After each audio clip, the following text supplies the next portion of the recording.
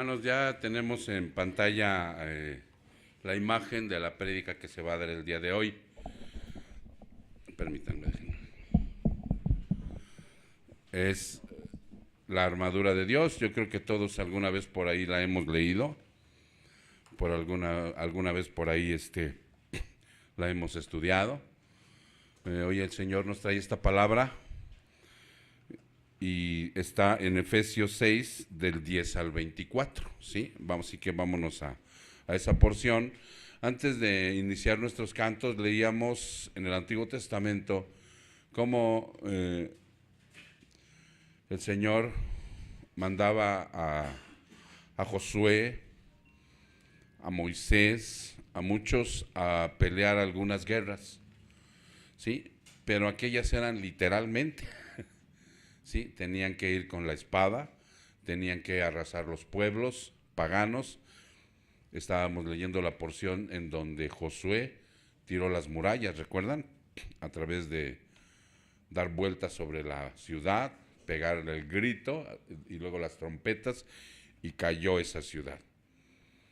Hoy el Señor nos trae también para hacernos conscientes de que no podemos escapar, que estamos en una guerra espiritual. Pero, hermanos, a veces ha sido muy mal interpretada la guerra espiritual en estos tiempos y mal enseñada. Nosotros sabemos que la Biblia se tiene que discernir a través de una ciencia que se llama hermenéutica.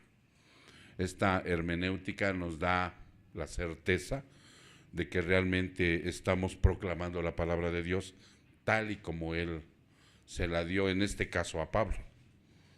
Entonces es lo que vamos a ver el día de hoy, y vamos a ver del versículo 10 al versículo 24. ¿Sale?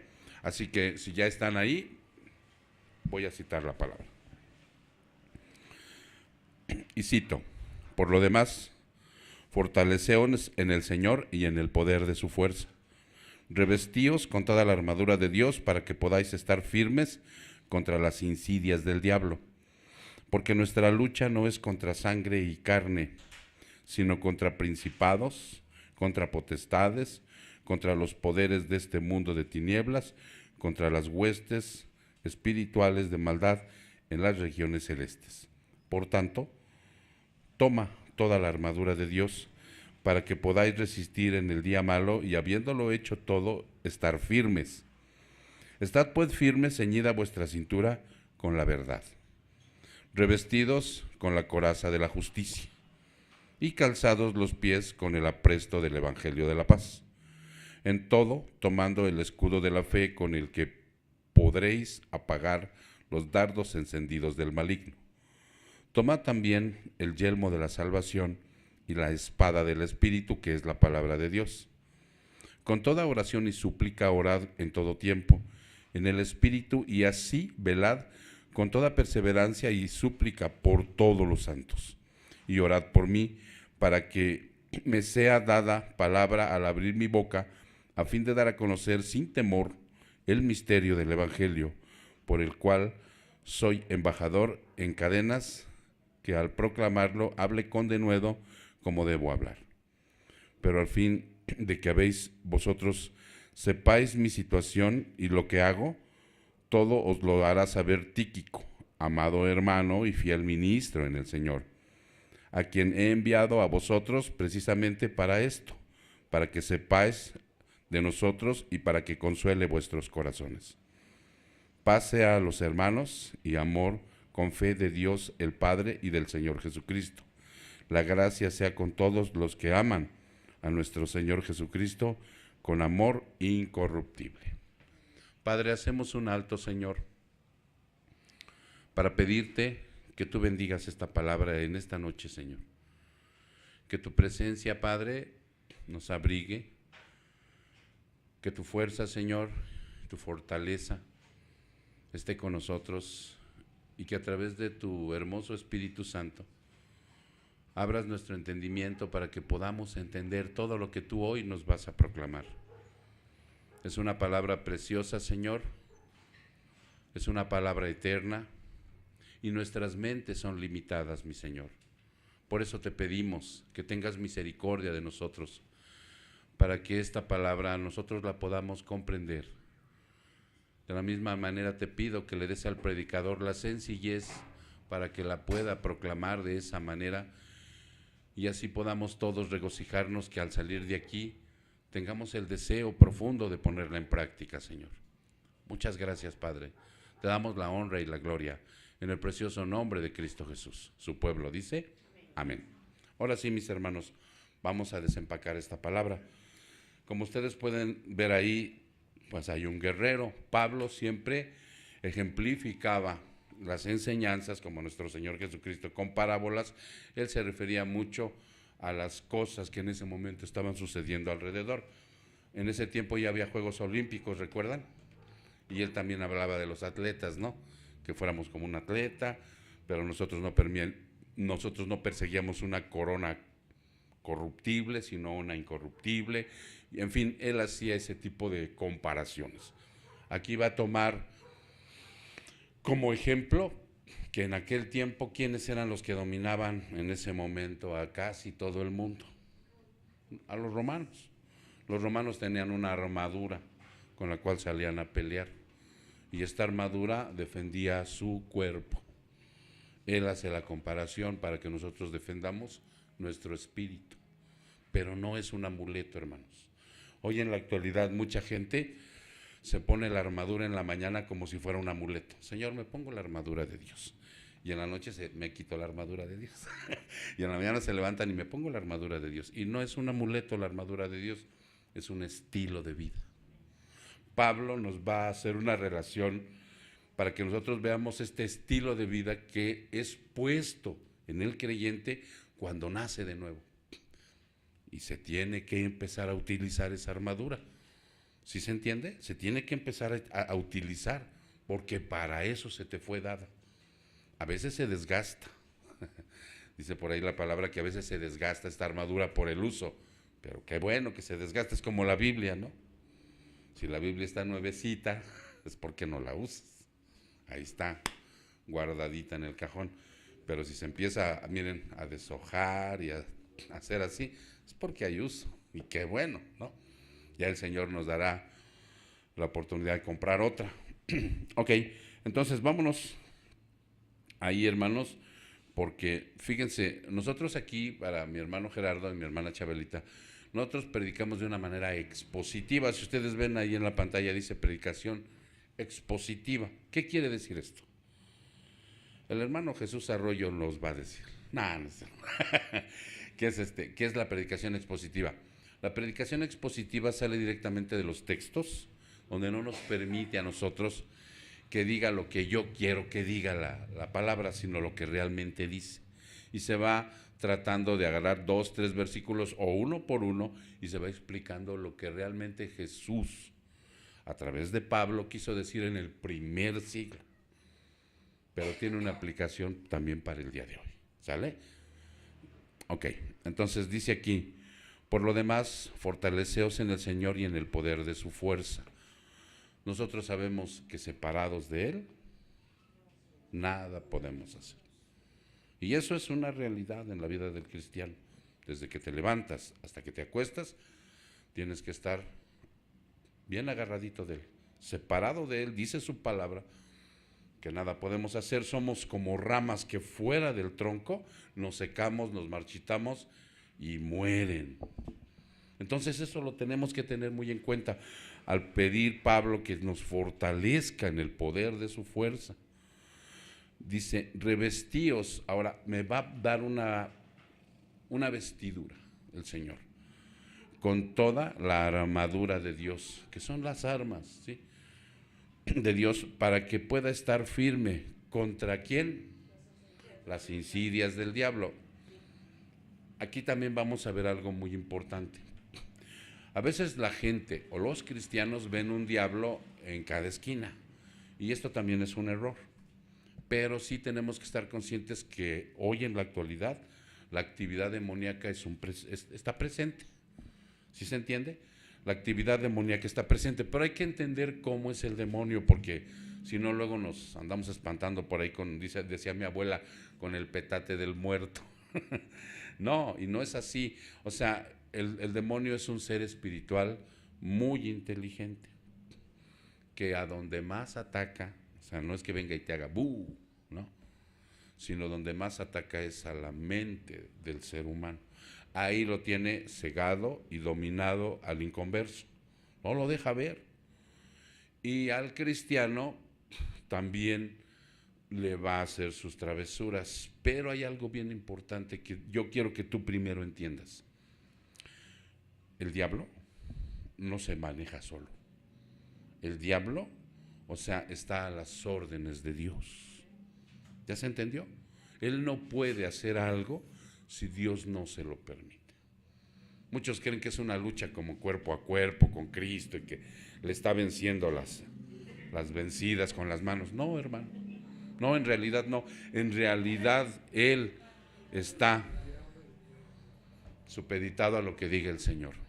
¿Recuerdan cuando Jesucristo, mi Señor, le dijo a Pedro: Pedro, Satanás me ha pedido que yo te zarandee como a trigo? ¿Sí recuerdan ese pasaje? Está ahí en la Biblia. Pedro le dijo: yo iré contigo hasta la muerte, y no sé qué tanto le dijo. Y le dijo: Pedro, Satanás me pidió zarandearte como a trigo. Y entonces Pedro, yo creo, pensó que le había dicho: pero yo te voy a cuidar. Le dijo: no, pero yo voy a orar por ti para que tu fe no falle, pero se lo voy a permitir que te zarandee. ¿Por qué? ¿Por qué se lo permitió, hermanos? Para que Pedro creciera. Pedro era muy bocón y le dijo: yo iré contigo hasta la muerte. Y cuando vio la de veras, lo negó y se fue. Y ahí lo zarandeó Satanás. Pero el Señor estaba orando por él, como ahora está a la derecha del Padre, orando por todo el que es creyente. En serio, hermanos. Entonces, en esa situación, por eso dice aquí que esas insidias nosotros las debemos de conocer. Debemos de conocer sus artimañas de Satanás. Por eso dice: el que yo, mi hijo, te cuide, ¿sí? El que yo esté orando por ti. O sea, también conlleva tu responsabilidad de ser obediente al Evangelio, a lo que yo te digo. Porque si tú empiezas a desobedecer el Evangelio, entonces este perro rabioso que se llama Satanás, yo lo voy a soltar para probarte. Y ahí vas a ser zarandeado. Y no es grato, hermano. Porque si fuimos arrebatados, ¿sí lo vieron? El canto. Sí. Aquí, hermanos, inclusive en esta iglesia el canto lleva la palabra. Lleva la palabra. No tratamos de emocionarnos, porque la emoción es algo que rápidamente baja. Te emocionas un buen y como que te sientes bien poderoso, pero al rato, así como se sube la emoción, así baja. Entonces dice el Señor: no. O sea, la espiritualidad es algo que también va a sanar tu emoción, porque tu emoción también está caída. Entonces la palabra viene a sanar nuestras emociones, y cuando verdaderamente expresamos con una emoción restaurada un cántico al Señor, tenemos que hacerlo de la manera en que esté su palabra. Entonces decía una de ellas: consumado es. Cuando Jesús dijo consumado es, la obra estaba terminada. Nada que agregarle, nada que quitarle. ¿Ya se entendió? Y esa obra te saca literalmente de la condenación. Cuando tú naces de nuevo, la salvación ya no se pierde. Te saca de la condenación el Señor, y literalmente del infierno. Satanás ya no tiene ese poder para regresarte ahí. Ya no lo tiene. Pero sí todavía hay actividad demoníaca, en donde él puede aprovechar el que si tú no obedeces, viene una prueba, y a veces por parte de Satanás. Entonces, de esa manera nosotros tenemos que ver aquí algo muy importante. Dice, estábamos en el 11, ¿verdad? 12. Porque nuestra lucha no es contra sangre y carne. O sea, no es con los seres humanos con los que tenemos que estar peleando. Aunque peleamos con los seres humanos, ¿no? Pero entonces dice aquí que te va a mencionar cuatro ¿cómo se le podrían llamar? Jerarquías, 4 jerarquías de los demonios que hay aquí. Pero fíjate que qué hermoso es el Señor, que conociendo nuestro pecado, nuestra forma de ser caída, de que somos muy curiosos y metiches por donde no debemos andar, Él no nos habla grandemente del mundo espiritual de Satanás, que sí lo existe y sí lo hay, sino nos deja algo nada más aquí porque no quiere que nos metamos más. Hoy en la actualidad hay muchos cristianos esotéricos, en serio, andan consiguiendo libros y libros y libros de la guerra espiritual, hablando de demonios, que hay un demonio que se llama fulano y que un demonio que se llama sutano y que hay que aprender a pelear con ellos y hay que aprender a exorcizarlos. O sea, hay esto en iglesias. Lástima que no tuve el tiempo de sacar algunas pancartas de los cristianos evangélicos que están anunciando sus próximos congresos de guerra espiritual y te cobran 200, 300, 500 pesos. Ay, a mí que vimos uno el otro día. Y está ahí el apóstol, el profeta, anunciando que vayas para que te enseñen cómo pelear contra el diablo. Y esto es una patraña, hermanos, de verdad, porque todos los elementos nos los da Dios aquí en la Biblia. Y te explica cómo, además, para que no te andes metiendo en brujería, en satanismo, con los santeros, con los de la Santa Muerte, a aprender cómo luchar contra el diablo. El Señor ya lo dijo, un reino dividido no tiene ningún futuro. Si Satanás echa a Satanás, ¿qué futuro tiene ese reino? Le dijo a aquellos, ¿recuerdan? Entonces, de esa manera, dice aquí, fíjense las cuatro jerarquías que manifiesta el Señor a través de Pablo, dice, sino contra principados. Esa es una jerarquía, un principado, un príncipe. Contra principados, contra potestades, esa es otra. Contra los poderes de este mundo de tinieblas, esa es otra. Y contra las huestes espirituales de maldad, ¿sí? En las regiones celestes. Porque ellos precisamente andan en el aire. Satanás no es omnipresente, no es omnipotente, no es omnisciente. Él no puede conocer tus pensamientos. Él no sabe de tus pensamientos. Él nomás te ve. O los demonios que están por aquí te ven y dicen, ya vi en qué andas metido, o ya vi en dónde te quieres meter, y por ahí te ataca. ¿Ya se entendió? Pero son cuatro jerarquías que el Señor nos manifiesta aquí, que hay. Así como sabemos que el Señor nos muestra que hay ángeles, serafines, querubines, ¿qué más? Arcángeles. Sí, así como en el mundo espiritual de Dios hay esas jerarquías, pues también nos lo muestra. Nada más con el único fin de que tengamos ese conocimiento, porque después dice, por tanto, si tú sabes que hay una actividad demoníaca y además sabes que hay un pecado en nosotros, que hay una concupiscencia en nosotros, o sea, y además hay un mundo que te va a querer jalar, pues entonces toma este estilo de vida y con este estilo de vida vas a pelear a esos 3. Son 3 enemigos, ¿ya se dieron cuenta? Porque el creyente ha sido salvo, ya no practica el pecado, sí dice la palabra, ya no practica el pecado, se está regenerando día con día por medio del Espíritu Santo, pero todavía hay un pecado residual. ¿Por qué? ¿Por qué hay un pecado residual? ¿Quién sabe? ¿Tú sabes, Gera? ¿Por qué hay un pecado residual? ¿Tú, Chabelita? Ese pecado residual que le llamamos, que dice la Biblia, es por nuestra imperfección, no somos perfectos. Entonces, aunque ya no practicamos el pecado, sí caemos en pecado. Y hay ocasiones que inclusive el cristiano apaga el Espíritu Santo y actúa como si fuera inconverso. ¿Sí se entiende? A veces pasa eso. Entonces ese es el enemigo más peligroso, el que está dentro de nosotros, ese pecado residual. Cristo murió por él. Cuando el cristiano concientiza eso, cuando el cristiano valora lo que hizo Jesús en la cruz, ¿sí? Que ahorita lo vamos a ver a través de la armadura. O sea, entonces Él se compromete, porque ya en la santificación, sí, ya tiene que actuar el cristiano, ¿sí se entiende? En la salvación, no. Ustedes vieron el primer canto, la salvación es del Señor, punto. Él, de principio a fin, hizo la obra, nosotros no tuvimos nada que ver. El nacido de nuevo es cosa de Él. Pero en la santificación, ahora sí te dice ya, Gerardo, ahora sí échale, mi hermano, toda la carne al asador, porque ya estás preparado, ya tienes al Espíritu Santo adentro y ahora sí tienes con qué pelear tanto al pecado que habita en ti todavía y que no se va a morir hasta que te mueras, porque el orgullo, imagínense, ¿cuándo se va a morir? El orgullo.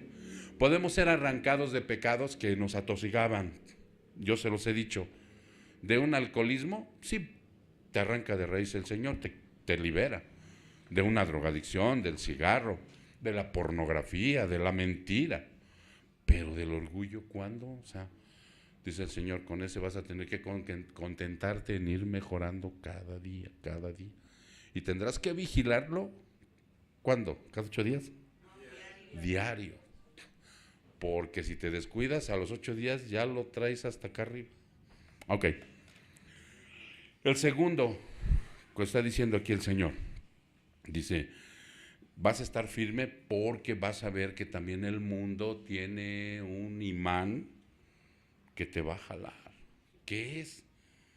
El mundo, sus filosofías, sus religiones falsas, sus sectarismos, ¿qué más? Su música, su cultura, te va a jalar en un momento determinado, que de repente, ¿sí puedo ir al antro, pastor? No, mijo. ¿Sí puedo ir al carnaval? Pues si no dice nada del carnaval la Biblia, no, hijo. ¿Sí puedo ir a la convención de los alcohólicos anónimos? No, hijo. De ahí fuiste sacado. Sí, o sea, el mundo te va a jalar también, ¿no? Entonces hay que tener cuidado. Y el otro son los demonios. Pero los demonios, hermano, para que no te decía yo, para que no te asusten, los demonios, la labor que tienen, porque están en las órdenes de Dios, es echarte porras cuando te estás portando mal. Eso sí, ahí sacan sus banderines y chequete bona la bien bomba, ¿no? Te echan porras. Pero esos son los tres, por eso dice, mantente firme. Y entonces para que te mantengas firme, el 14 dice, estad pues firmes y ceñida vuestra cintura con la verdad. ¿Cuál verdad? Mira, nosotros somos por naturaleza mentirosos, dice la palabra, sea Dios veraz y todo hombre mentiroso. Sí, a veces Dios lo hemos predicado aquí y nos ha dado duro el Señor con el engaño a uno mismo, ¿no? A veces nos estamos engañando tan duro, nos estamos mintiendo a nosotros mismos. Hemos vivido tanto tiempo en la mentira que nos creemos las mentiras y las vivimos. Entonces por eso dice el Señor, estad alerta, cíñete. ¿Saben cómo era ¿saben cómo era el ceñirse, hermano? Se agarraban su cinturón y se lo apretaban firme porque es lo que aprieta la espina dorsal. Entonces tenían que andar firmes. Un guerrero que estaba malo de la espina dorsal, pues a la primera se lo echaban. A la primera.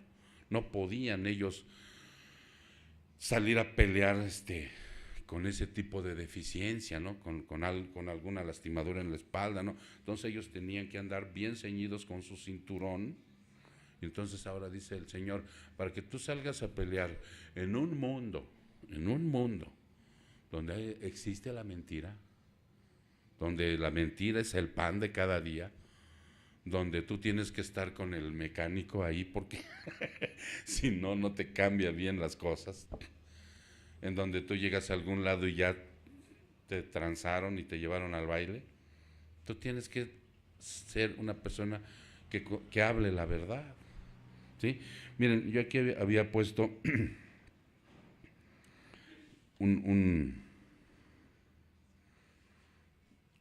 una relación de lo que es, dice aquí, Efesios 6, del 13 al 8, que es el que estamos viendo, del 13 al 18, nos da una descripción de la armadura espiritual que Dios nos da y debemos estar firmes con el cinturón de la verdad. ¿Cierto? Ok. Ahora vamos a ver qué nos dice Romanos 1:24. Vamos a ver qué nos dice Romanos 1:24. Está atrásito de Efesios Romanos. Vamos unas hojas atrás. En el versículo 1, en el capítulo 1, en el versículo 24. Romanos 1:24. Y cito: por consiguiente, Dios los entregó a la impureza en la lujuria de sus corazones, de modo que deshonraron entre sí sus propios cuerpos, porque cambiaron la verdad de Dios por la mentira y adoraron y sirvieron a la criatura en lugar del Creador, quien es bendito por los siglos. Amén. Con ese solo 2 versículos nos habla de que nosotros los seres humanos somos una fábrica de idolatría y cambiamos lo creado por el Creador. Pastor, pero yo ya no tengo a la Virgencita de Guadalupe en mi casa. Pero ¿qué tal idolatras a tu equipo de fútbol? Pero ¿qué tal idolatras a tus hijos? ¿No? ¿Qué tal idolatras el trabajo, el dinero? ¿Qué más? Porque son ídolos que están en el corazón, ya no son ídolos de altares físicos. Y entonces dice, te das cuenta cómo entonces tienes que manejar la verdad hasta en ese tipo de cosas, para que tú puedas observar que si realmente amas a Dios, le tienes que dar el lugar que le corresponde.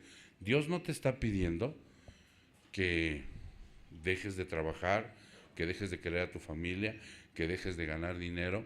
No, eso no te está pidiendo a Dios, sino que le des el cauce correcto, para que no te vayas de lado. Entonces, por eso dice, cíñete, porque en el momento en que tú empiezas a poner como pretexto algo para darle a Dios lo que se merece, pues en ese momento entonces empiezas otra vez a manejar la mentira en tu corazón. Porque sí, podrías decir, pues es que ya llevo un buen rato sin decir mentiras. Si me preguntan, ¿a dónde fuiste? Si digo dónde fui. ¿Cuánto ganas? Si digo cuánto gano. O sea, cosas de esas son cosas que al principio Dios nos pone en un nivel, pero ya ven que Dios siempre nos va pidiendo más, ¿no? O sea, a mí me lo dijeron cuando yo llegué. ¿Qué me va a pedir Dios? Me dijeron, pues no te pide mucho. No, te pide todo. Entonces ya con eso dije, bueno, pero poco a poquito, no es así tajante, sino que te va instruyendo y a través de la instrucción, o sea, tú vas obedeciendo, o sea, el caso vas desobedeciendo, si está muy pesado,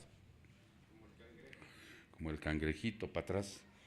Entonces, si regresamos a Efesios, donde estábamos en el 14, ¿no? ¿Dijimos? Ok. Y en el mismo 14 dice, y vestidos con la coraza de la justicia. Y nosotros, hoy con el Espíritu Santo, hermanos, creo que podemos comportarnos de una manera justa, lo más que se pueda, ¿no? Vamos como hijos de Dios, ahora estamos capacitados para practicar una justicia. Pero esa coraza, ¿ya saben cuál es la coraza? Es la del pecho. Aquí.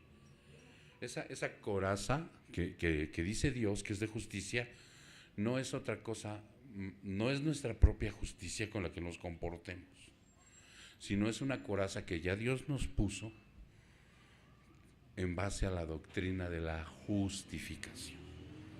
¿Ya se entendió? Cuando el Señor muere en la cruz, ¿saben qué cosa tan preciosa hace, no? Se lleva tu pecado, se lleva toda nuestra perversión, todas nuestras bajezas, se las lleva, literalmente. Él en la cruz durante las 3 horas que permanece en agonía, dice la palabra en Marcos, que ahí le son imputados todos los pecados pasados, presentes y futuros. Ahí se le cargaron todos al Señor. Entonces Él se lleva literalmente nuestro pecado. Pero de la cruz, Él nos reviste de algo precioso. Él cambia nuestro pecado por su justicia. Nos viste, Chabelita. Por eso somos salvos ante el Padre. Porque cuando el Padre voltea, está viendo a Cristo formándose en nosotros. Ya no está viendo al pecador de Miguel Ángel. Ya no está viendo a la pecadora de Chabelita. Está viendo a Cristo formándose en Gerardo. Esa es la coraza que nos pone para que nosotros podamos caminar confiados, disfrutar nuestra salvación, estar pendientes de las cosas de Dios y seguir avanzando. Esa coraza es la que nos capacita contra el mundo, contra el diablo y contra nosotros mismos, porque a veces nosotros cuando cometemos errores o estamos un poquito así como desbalagadones, inmediatamente, híjole, como que te sientes condenado, como que te sientes depresivo, como que ya no quieres ir a Dios, ¿no? Esa es una trampa de Satanás, porque si tú supieras que verdaderamente estás justificado por Dios, sí, coraza no, es el acto precioso que hizo de justificación con nosotros. ¿Ya se entendió? Es esa doctrina de la justificación. Hay una canción que nosotros cantamos que se llama Precioso Intercambio. Glorioso intercambio se llama. Él se lleva mi pecado y me entrega su justicia. En la cruz. ¿Sabes por qué, Maribel? Porque Él fue un hombre, como cualquiera de nosotros, pero sin pecado. Él vivió 33 años aquí en la tierra como hombre perfecto. No tuvo pecado, no tuvo un mal pensamiento, nunca tuvo una mala decisión. Nosotros decíamos el otro día que ni gripa le dio por no tener pecado. O sea, no tuvo pecado. Él fue 100% hombre y 100% Dios. Pues ese 100% hombre es su justicia que de la cruz nos regresa. Dice, órale, mijo, porque él tenía que cumplir la ley a cabalidad. ¿Quién de nosotros la cumple ahora? Nadie. ¿Quién la cumplía en el Antiguo Testamento? Nadie. Consumado es. Tetelestai, todo está hecho, mi obra, pero la justificación es esta. Vámonos a 2 de Corintios 5:21. Para que tú veas ahí, yo siempre en la predicación expositiva, la palabra tiene que explicar la palabra. En toda la palabra está la obra redentora de Jesús. Entonces en el 21, fíjate bien cómo dice lo que acabamos de explicar. Al que no conoció pecado, 2 de Corintios 5:21. Al que no conoció pecado, le hizo pecado por nosotros. ¿Ya se entendió? Cristo, que no conoció el pecado, se hizo pecador por nosotros ahí. Ajá, se hizo pecado, perdón, no pecador, pecado. Para que fuéramos hechos justicia de Dios en él. De una manera explícita, tranquila, él voltea, el Padre, y ve a Jesucristo en nosotros. ¿Ya se entendió? Aunque todavía estemos cochambrudos, aunque tengamos errores, aunque tengamos fallas, ¿sí? Aunque caigamos en un pecado pero no practicado, Él inmediatamente, nosotros ya sabemos qué pasa con un creyente cuando cae en un pecado. Inmediatamente el Espíritu Santo lo redarguye y le dice, ¿qué pasó, mijo? Perdón, Padre, ¿no? Doblamos nuestras rodillas y dice la palabra que tenemos abogado justo para perdonarnos, ¿ok? Entonces, esa es la coraza, hermano.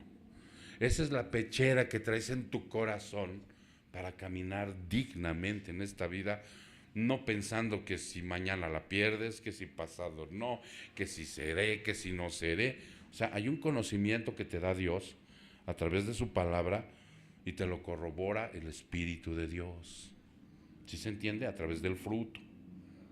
Muy bien. Y después, ¿qué dice? La armadura de Dios. Vamos en la armadura. El 15, ¿no? Y calzados los pies con el apresto del Evangelio de la paz. O sea, ustedes saben qué quiere decir Evangelio, ¿verdad? buenas nuevas que trajo el Señor Jesucristo de salvación. Esas buenas nuevas que trae el Señor Jesucristo dice que es el Evangelio de la paz. Cuando nosotros caminamos para predicar el Evangelio, es porque ese creyente nacido de nuevo ahora es un embajador de esa paz. Él nos trajo la paz a nosotros. Él fue el aeronopoios, que dice la palabra griega, nuestro embajador de paz. ¿Por qué? ¿Por qué, Marlene? ¿Por qué fue nuestro embajador de paz? Porque nos reconcilió con el que estábamos como enemigos. Con el Padre éramos enemigos, no había paz, estábamos condenados. Entonces Él viene, ofrenda su vida y dice: Señor, los que tú me diste, ni uno perdí. Aquí están. Oye, oye, aquí están. Yo reconcilio al hombre con Dios. Y nos reconcilió. Pero ahora dice: pero ahora yo me voy a la diestra. Los equipo con el hermoso Espíritu Santo para que ahora ustedes vayan y reconcilien al hombre con Dios. ¿Ya se entendió? Ok, esa es la otra parte de las sandalias, de las botas del guerrero. Por eso pregúntate, no me contestes, ¿cuántos has llevado a los pies de Cristo? Porque hay que predicar el Evangelio, a quien sea. Aunque hay una doctrina que se llama de predestinación, ¿sí? O sea, que Él predestinó, eso lo vamos a ver después. Nosotros no sabemos quiénes son, por eso tenemos que predicarles a todos. Él sí sabe, pero yo no. Y Él dice entonces: cuando yo conocí esta doctrina, más tuve el deseo de predicarle a todos, ¿no? Ok, entonces después viene, ¿cuál sigue? Entonces este es el Evangelio de la paz. Hermano, recuerda que tú eres un embajador de paz para reconciliar a los hombres con Dios. Y estábamos en el 15, ¿verdad? 16.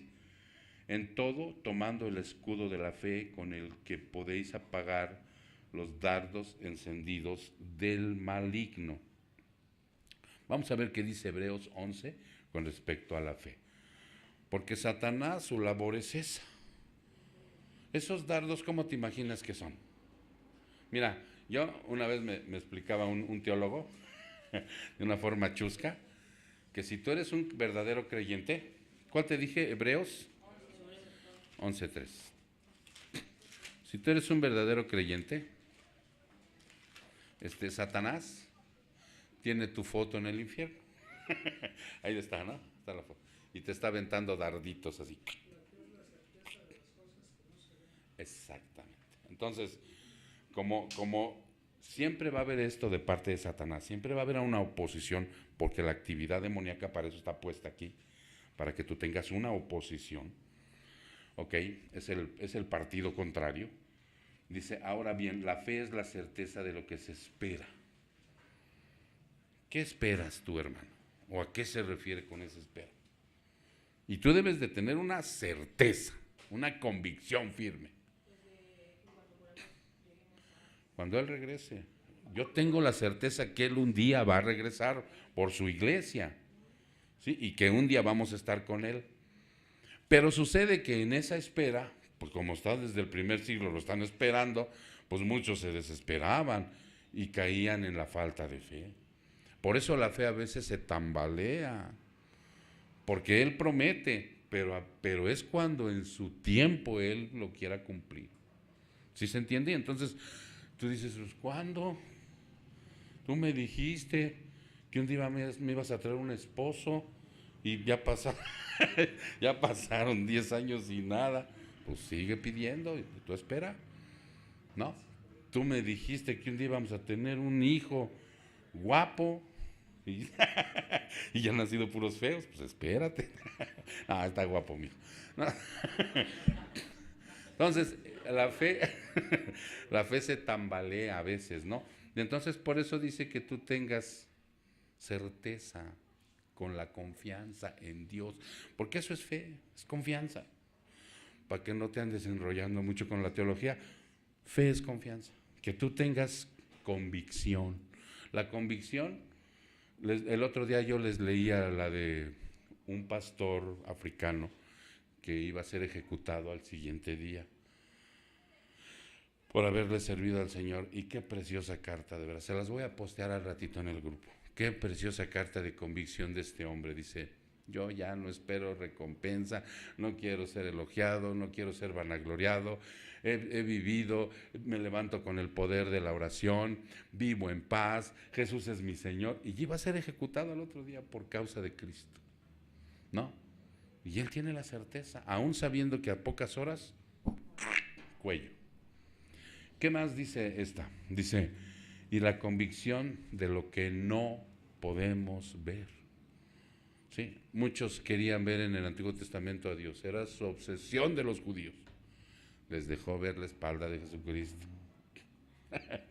Nosotros ahora queremos ver a Dios. Es una obsesión también de mucha gente. Por eso por ahí hay una secta, lo podríamos considerar como grupos de autoayuda tipo secta, que Satanás se mete a engañar a todo ese tipo de gente. Se llaman cuarto y quinto paso. Y les hacen ver a Dios, pasándoles un incienso por la cara. Y se ponen bien contentos porque es un anhelo del corazón de un ser humano. Mas sin embargo, eso es una mentira de Satanás. ¿Cómo podríamos nosotros ver a Dios? Porque dice una bienaventuranza: bienaventurados los limpios de corazón, porque ellos verán a Dios. ¿Cómo lo podríamos ver? Con los ojos de la fe.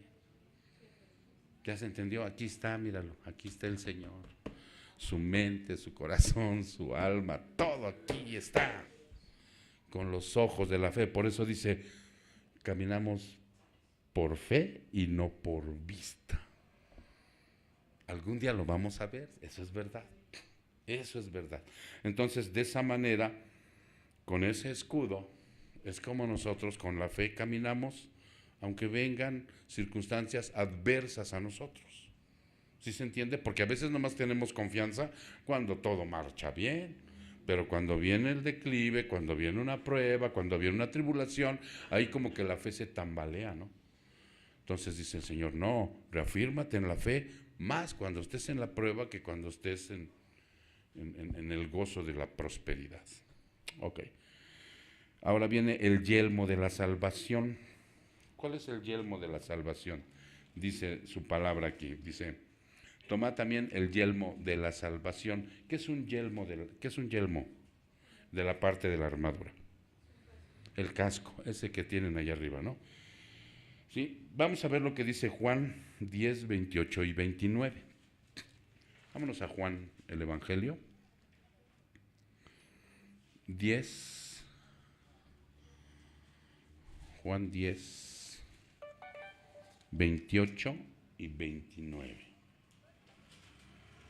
Dice: y yo les doy vida eterna y jamás las arrebatarán de mi mano.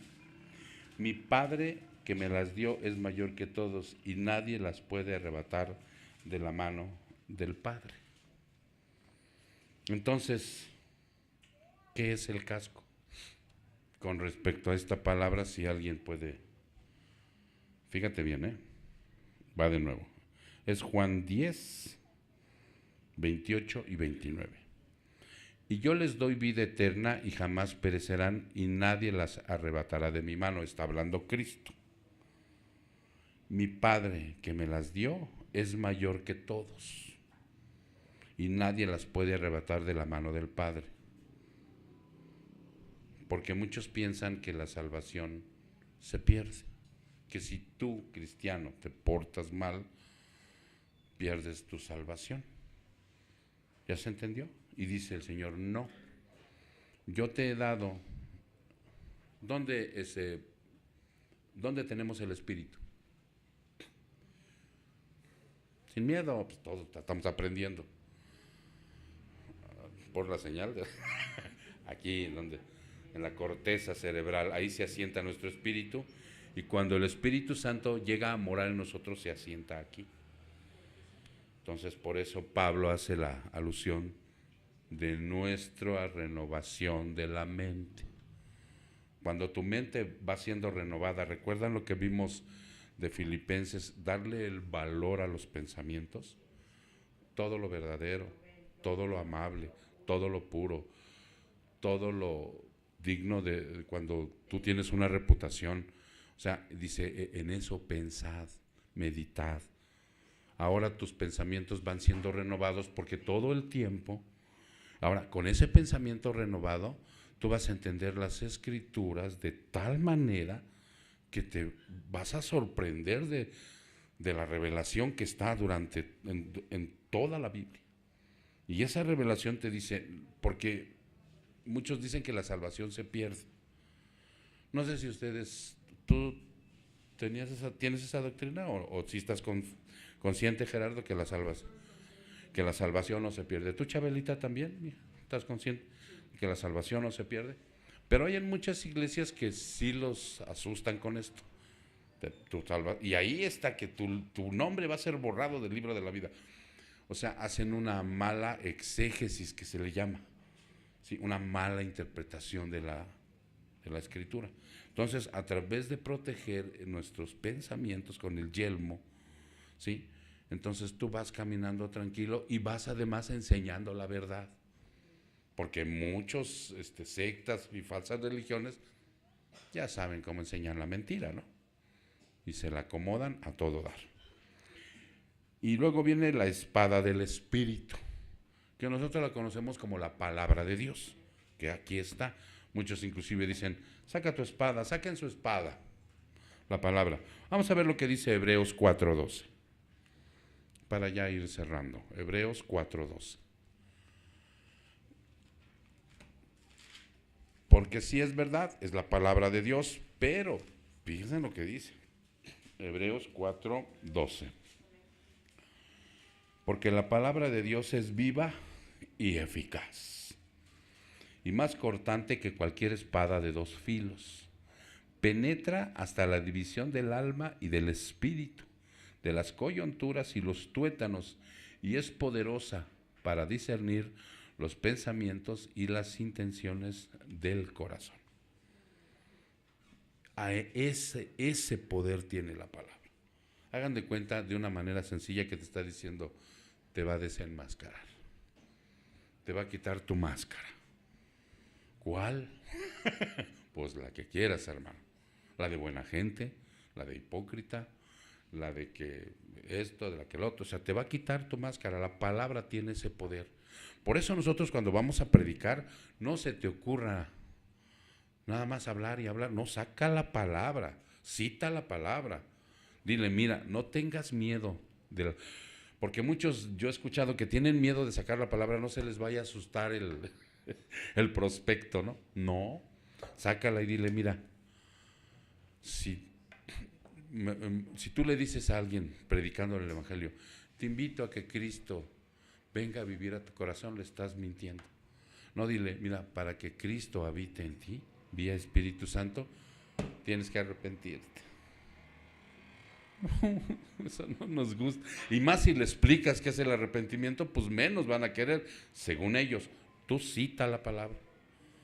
Háblales donde está el arrepentimiento, donde dice esto es, y de la fe, donde dice la fe es un don de Dios que va a venir a ti para que creas en él.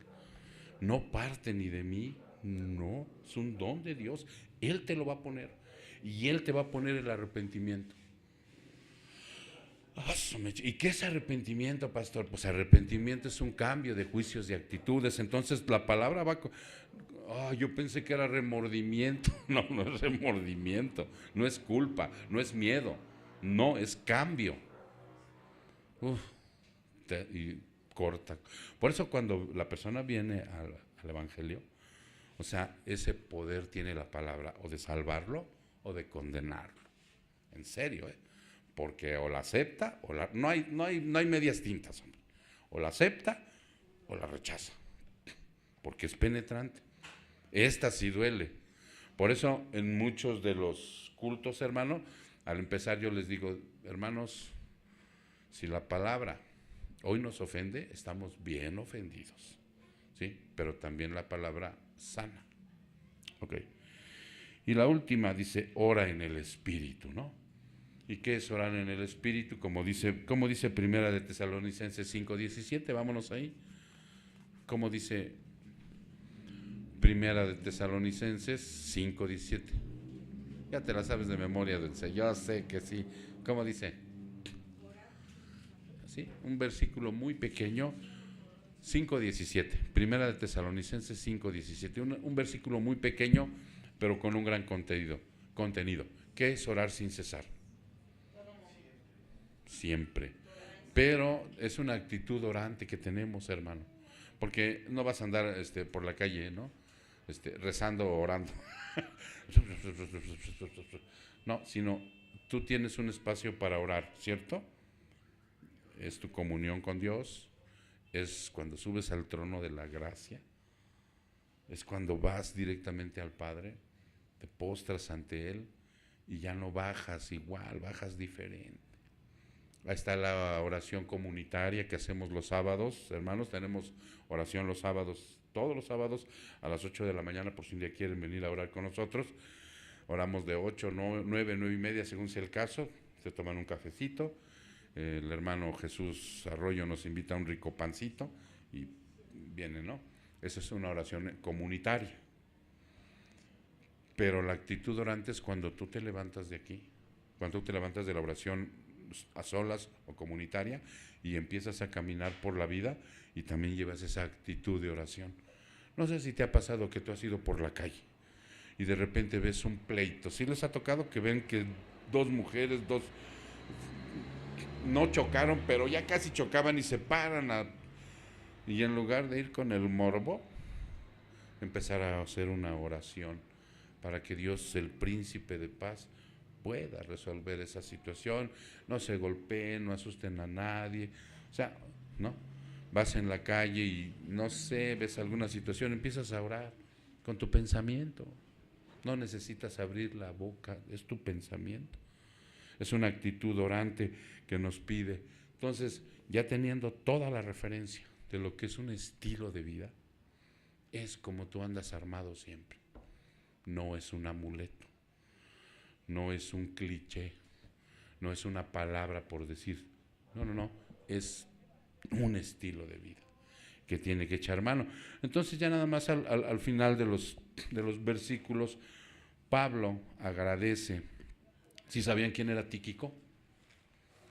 Tíquico era un hermano en la fe, que como Silas, como Apolos, como Tito, como Timoteo, que había mandado a la iglesia de Éfeso para que ellos estuvieran bien informados acerca de lo que hacía Pablo, porque él se lo dice ahí en la carta, ¿no? Espérenme, déjenme llegar ahí. Efesios, ya lo tengo. Y entonces dice aquí, ¿dónde nos habíamos quedado? En el yelmo, ¿verdad? Ok, y dice, y por mí, a fin de que al abrir mi boca me sea dada palabra para dar a conocer con denuedo el misterio del Evangelio. ¿Sí saben lo que significa denuedo? ¿Qué significa, Jera? Sí, y con fuerza, no con altanería, ¿eh? Tú vas a ir a predicar la palabra con tal poder, con tal fuerza, con tal prontitud, con tal eficacia, que no tienes que caer en ser grosero, ¿no? En agarrar a bibliazos a la gente, no, sino dice, vayan y hagan esto con ese denuedo, con esas ganas, con ese deseo que tienen hoy por las almas, ¿sí? Dice, por el cual yo soy embajador en cadenas. ¿Por qué manifiesta esto de embajador en cadenas? ¿Tú lo sabes, Celso? ¿Por qué es un embajador en cadenas? Porque él está preso. Preso, Pablo se la aventó más tiempo en la cárcel que afuera. Entonces él hace una acepción, dice, yo soy un embajador en cadenas. Estoy preso ahorita. Ojalá algún día salga. Un día, a veces salía, pero de la última que estuvo ya en Roma ya no salió, cuando Nerón lo acusó de que los cristianos habían incendiado Roma, ¿no? Ahí ya fue cuando él perdió la vida. Lo asesinó este hombre. Entonces, por eso él dice, soy un embajador en cadenas. pero tengo que predicar el Evangelio. Sí, y al final termina con la doxología de siempre, o sea, dándole toda la gloria al Padre, al Hijo, al Espíritu Santo. Dice, para que nosotros a través de este estilo de vida presentemos realmente a un Cristo incorruptible, con un amor incorruptible, que nuestro amor no se corrompa con las cosas del mundo. Pero ojo, cristiano, no te espantes cuando tengas la falla, cuando te deprimas, o sea, no te alejes. Es cuando más tienes que acercarte, es cuando más tienes que venir. La iglesia cumple una función. Dice por ahí un versículo que es columna y baluarte de la verdad, pero tiene una función, ¿sí? También puso apóstoles, profetas, maestros, evangelistas y pastores para la edificación de los santos. ¿Ya se entendió? Esa edificación de los santos conlleva el propósito de predicar el Evangelio, extender el reino, para que haya apóstoles y profetas. Ya no hay ministerio para ellos, se acabó. En la actualidad ya no debe de haber apóstoles ni profetas, pero sí evangelistas, maestros y pastores. ¿Sí? Y de eso hablaremos algún día, pero ahí está el fundamento. Por eso tenemos estos dos versículos como el fundamento de la iglesia. Entonces, hermanos, esa es la parte importante de lo que es todas las armas que nos da Dios. Que Él venga, nos capacite, nosotros a través del estilo de vida salgamos hacia allá. ¿Ok, mis hermanos? Vamos a orar. Cierren sus ojos. Padre, te damos muchas gracias, Señor, en esta preciosa noche. Te pedimos con humildad, Señor, que esta palabra que hoy tú nos diste se quede en nuestro interior, Señor. Que hayamos tenido una muy buena porción de retentiva a través de tu Espíritu Santo, para que una vez que salgamos de aquí, Señor, echemos a caminar este estilo de vida, Señor. Que si en algún momento por ahí, Padre, nos hemos detenido, estancado, rezagado, es el momento, hermano, en que tú en este momento tú le pidas perdón. Pídele a Dios que te perdone y que esta palabra realmente te vivifique. Avivamiento no quiere decir programar cierta reunión con luces, sonido, estruendo. Avivados vivían en la iglesia primitiva por practicar la palabra, por llevarla a otros, por la pasión por las almas. Pídele al Señor en este momento que, si es su voluntad, haya ese avivamiento en tu espíritu a través de la palabra y del deseo de trabajar para Cristo. Pídeselo, hermano, inclusive si sientes que aún no está el Espíritu de Dios en ti, que tenga la misericordia para hacerte nacer de nuevo y con esa misericordia que Él tiene, tú puedas empezar a formar parte de la familia de Dios. Muchas gracias, Señor. Tú eres omnisciente, omnipresente y omnipotente. Y no necesitamos hacer ningún llamado al frente, Señor, sino que de ahí, de donde tú te encuentras, hermano, ahí está Dios. Ahí te puedes comunicar con Él. Muchas gracias, Señor. Te damos honra y gloria en el precioso nombre de Cristo Jesús. Su pueblo dice...